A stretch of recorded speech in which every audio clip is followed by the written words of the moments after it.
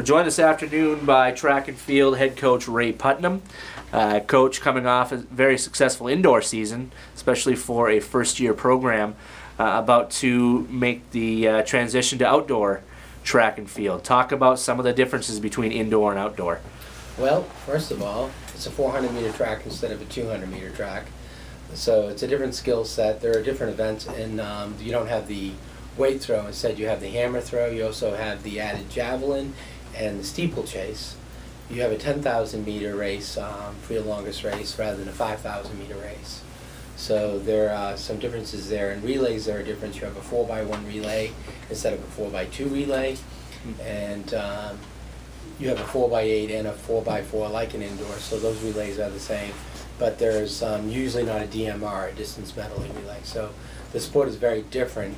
There are actually two different sports and two different skill sets.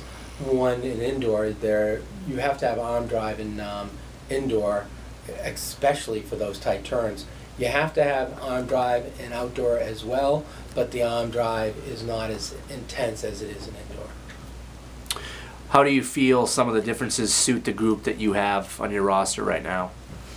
I think our roster is much more made up for an outdoor program because a lot of the runners here were fundamentally not strong when it came to arm drive, and there's a lot of glitches that we're working on in form, and you can get away with a little more of not being perfect outdoors that you do in indoors. The more efficient you are, the better indoor runner you're going to be. So you can get away with a little bit of your skill set being a little below in outdoor because the turns aren't so tight. I've heard some runners talk about, and you yourself talk about how outdoor is definitely, I don't want to say easier, but it is, maybe that's the only word I can think of right now, than indoor. As far as, I don't know, indoor is dry air, indoor is, maybe a claustrophobic setting. What would you say to that idea? They're so completely different that I wouldn't say one is easier than the other. Yeah. The dry air is definitely difficult in indoor, but outdoor you may be jumping into a 30-mile-an-hour wind, which is not easy. So sure. For a jumper to be able to get their mark can be consistent every single meet in indoor because you're basically doing the same thing. So if you're a 7-step jumper, all you got to do is count, and you should hit the board consistently. In outdoor, the wind is going to affect where your mark is, so you constantly have to be adjusting. Same thing in the throws. If you're throwing into the wind, that's going to have an effect. If you're running the 100 into the wind, it's going to have an effect. If it's 80 degrees and it's perfectly no wind, sprinters are going to be in love. Distance runners are going to be suffering. Right. So there's different effect depending on what you do in the sport. Now you mentioned some different events from indoor to outdoor. Can you give a brief description of some of these different events that we see outdoors? Well, right off, you run the 55 as your power sprint in indoor. Outdoor, it's 100 meters. Okay. Big difference here is if you're a powerful sprinter, 55 is wonderful. Mm-hmm. You'll see get rid of that picture. You'll see a lot of very powerful 55 runners that don't do well in the 200. They may not do as well in the 100 as a powerful 200 runner will do. Okay. So that event is very different. As I told you, the jumps are different because of the weather. The javelin is an extremely different event. There's nothing like that in indoor. Right. The discus as well. There's not a discus throw.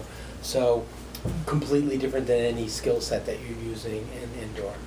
What about the steeplechase event that we've heard so much about? The steeplechase is 3,000 meters of barriers and water barriers, physical barriers and water Sure. barriers. So it's one of the more difficult events in track and field because you're running just under 2 miles, and when you get down to 2,000 meters and you're starting to hit barriers, that's your legs are tight, they're tired.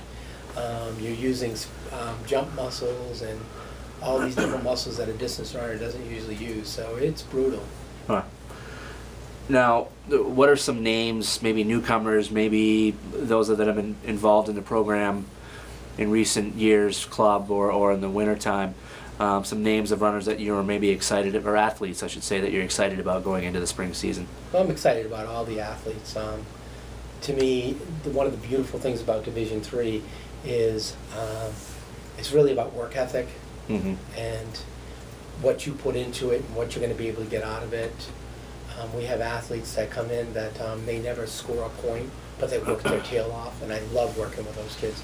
And we've got athletes that are superior athletes, great athletes, athletes ready to break into the elite level, like Amber Dosty, who not only is she talented, she's also a hard worker.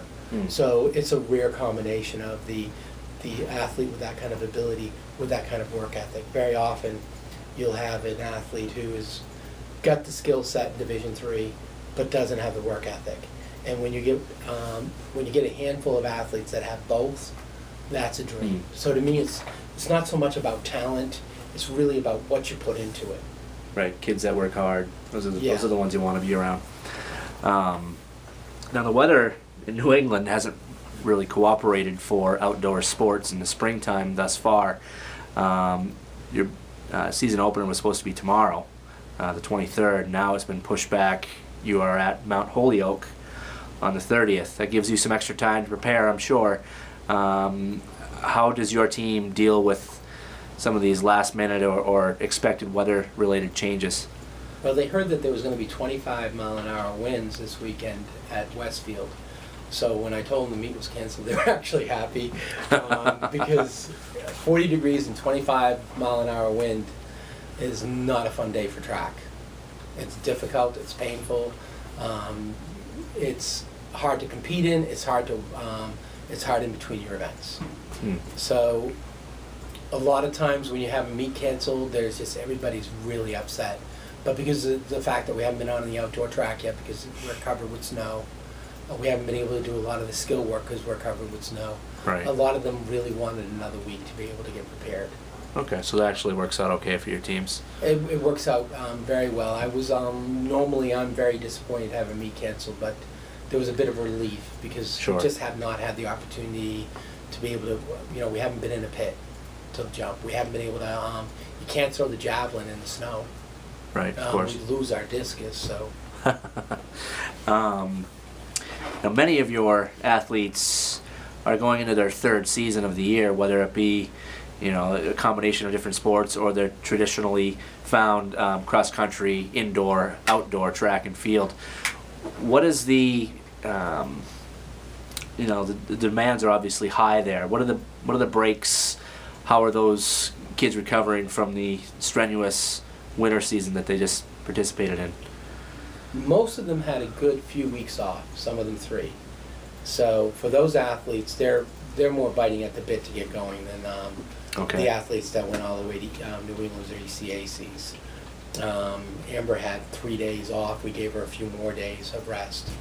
It's probably good that she's not competing this week because she was just in New York competing just a few weeks ago. Right. All of the athletes that have done cross-country, indoor and outdoor, it gets to be it's more of a mental thing at this point because we take care of them physically. The way we train them is we use a lot of muscle confusion. What that basically means is you're going to change up their training every 3 months so the body doesn't not get used to the training and you can actually get more improvement from them because of the changes of training. Cross-country, those runners in the summer, they're doing distance training, basically distance training. Cross-country, they come in, they're doing distance training with VO2 max, doing fartleks, intervals, hill work, things like that. We get into track and we get into more of a speed-based kind of thing where we're working on their acceleration and their raw power. So we're completely changing the focus of the training there. And when we get to outdoor, it's kind of a blend. This is for the distance runners. It's more of a blend where we're trying to bring that speed and that distance ability together. And so this way we can complement the training and have that change up so we get that muscle confusion so we're getting constant improvement. If you don't make changes in that training process, what's going to happen is the athlete will stagnate and they'll stop improving. Also, they'll burn out and they will also possibly start getting injured from the same type of repetitive type of training. So you've got to be really careful on how you mix that up. We keep a very close eye on our athletes. Right. We do a lot of pull work whenever there's any soreness, get them off the track. So it's a constant battle to make sure that they're able to maintain and improve and to stay, to keep the desire, to keep the fire in their eyes. That's the big thing when you're going through 3 seasons, is to keep the fire in their eyes. And how do you feel at this point, kind of a state of the program address, if you will, first year varsity program, kind of halfway through the track and field docket with winter indoor behind us, outdoor ahead of us? How do you feel this program stands thus far? I'm absolutely stunned at how quickly it's taken off. I would have really thought that we'd be here in 4 years. Excellent. Where we're at right now. I've built a lot of programs from the ground up, and where we're at right now is really more where I usually would be at 4 years. So I'm very excited about the fact that we've been accepted into the college community. It's becoming kind of cool to do track now. So it's really exciting, the attitude of the students around the college. You don't have a lot of people saying things like, oh, I don't do track, that's just running. I mean, the way we coach, people understand it's not just running. Right. There's some practices where you're doing drills and plyometrics, and so there's practices where kids are just throwing, there's practices where kids are lifting. People are starting to understand that it's multi-dimensional. There's all these different things that we do. Right. You know, basically the only ones that really just run are your distance runners. Of course, they lift and do other things, of course, and a lot of strength and conditioning type of things as well. But you know, if you're thinking, people a lot of times think it's just running because they see the distance runners, because distance runners have to run. Yeah. But I think people are really becoming educated on campus of what track is and the difference between, you know, the fact that it's not just distance running, but there are so many aspects to it. All right, Coach. Well, great. Is there anything else you'd like to add? No, thank you for your time. This has been wonderful. And all right. Well, Coach, likewise, thank you for your time. Congrats on a successful indoor season, and hopefully good returns in the outdoor season as well. all right, thank you.